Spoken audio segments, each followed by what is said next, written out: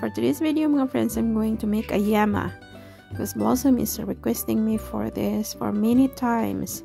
Kaya lang talaga I don't have much time mga friends. Kasi pag uwi ko sa trabaho minsan pagod na ako mga friends. Kaya ito lang ang time ko na makahanap ako. Hanap na lang ako ng time talaga na for Blossom or request ng mga chikiting. So ito yung gustong gusto nilang dalawa ni Kuya. So 3 ingredients lang to mga friends. It's butter, eggs, and 1 can of condensed milk. So may yema na tayo. Pero yung yema sa atin mga friends is wala atang eggs, no, if I'm not mistaken. Kaya lang may nakita ako sa YouTube na naglagay ng itlog. So kaya tinatry ko. So gumawa na pala ako before mga friends. Yung parang candy talaga na matigas pero ayaw nilang dalawa ni Kuya. So I made another one na parang soft candy siya. So ito yung ginawa ko ngayon. So mabilis lang naman to siya mga friends. Kaya lang ang dami talagang halo ba. O yung pagmi-mix talaga hanggang makuha natin yung proper consistency ng ating yema. So medyo naboboard ako dyan sa sa pagmi-mix ng ano natin, ng what is that, ng ating yema. So 2 egg yolk siya mga friends. Hindi natin i-include yung puti. Kasi I don't know, basta yun ang pina-follow ko sa nakita ko sa YouTube mga friends. So next time itatry ko kung yung walang egg yolk daw, yung parang sa atin talaga before, because I don't think may itlog talaga yung yema, no? Iwan ko lang. So anyway, nakagawa na nga ako before pero hindi nila nagustuhan kasi sobrang tigas. Gusto nila yung soft, kaya ito yung ginawa ko, yung soft one na yung ginawa ko. Favorite na favorite talaga nito nilang dalawa. Naku, upuan lang to nila mga friends. Kaya lang nililimit ko tong sugar nila kasi nga magiging hyper sila. Din yung teeth. Ang daming mga mga disadvantage sa sugar. Kaya ayan, halo-halo lang tayo dyan hanggang makuha natin yung ating gustong lapot niya kumbaga. So ayan, nagkuha lang ako ng parang mold.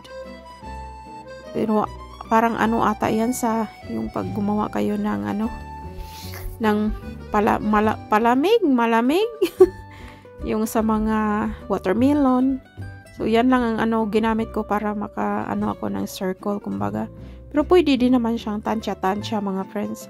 So ayan, soft talaga, ginanyan ko talaga siya, sinosoft ko talaga para hindi na ako mag-ulit kasi naulit nga yung bago pa lang akong gumawa, mga last week pa lang.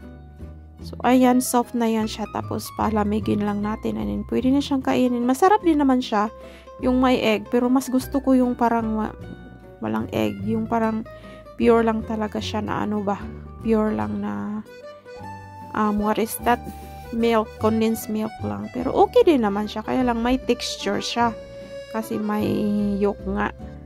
Pero gustong-gusto nga nila ito ng mga bata. So anyway, tatapusin ko lang yung pag mold natin ng ating soft yema na requested by Blossom. Nandiyan na siya mga friends, naghintay lang siya dyan, natawagin ko kasi nga sinurpresa ko yan siya. Kasi hindi nga niya nagustuhan yung previous. So sabi ko gagawa na lang ako ng mabilisan. Hindi naman matagal to mga friends, mga 20 to 30 minutes yung halo natin at saka sa pagmo-mold, hindi naman matagal. Kaya lang nakaka-board lang yung pag-ikot-ikot ng yung paghalo. Ayan, nakabuo na tayo ng circle. So pinalamig ko na yan. And then tatawagin ko si Blossom para makakain na siya kasi ito lang yung hinintay niya talaga na yema. So ayan na siya mga friends. How's that? So excited yung mukha niya. Ayan, soft siya na parang gooey ba. You don't like the hard one, right? Masarap din naman talaga siya, pangis na, kaya lang sobrang tamis nga. It's still hot, that's why it's soft. Tapos yung iba, nilagyan nila ng sugar, pero ako hindi ko na i-roll sa sugar kasi sobrang tamis na kung i-roll pa. Pero yung yema sa atin is nilagyan din ng sugar. Depende na sa inyo yun kung anong preferable nyo na yung parang i-roll sa sugar. Pero tama na yan sa kanila yung yung wala ng sugar. So grabe yan, mabilisan yung maubos mga friends kasi lantakan yan ni Seth tsaka ni Blossom. So ayan, sobrang soft. Thank you for watching. See you again on next vlog. Bye!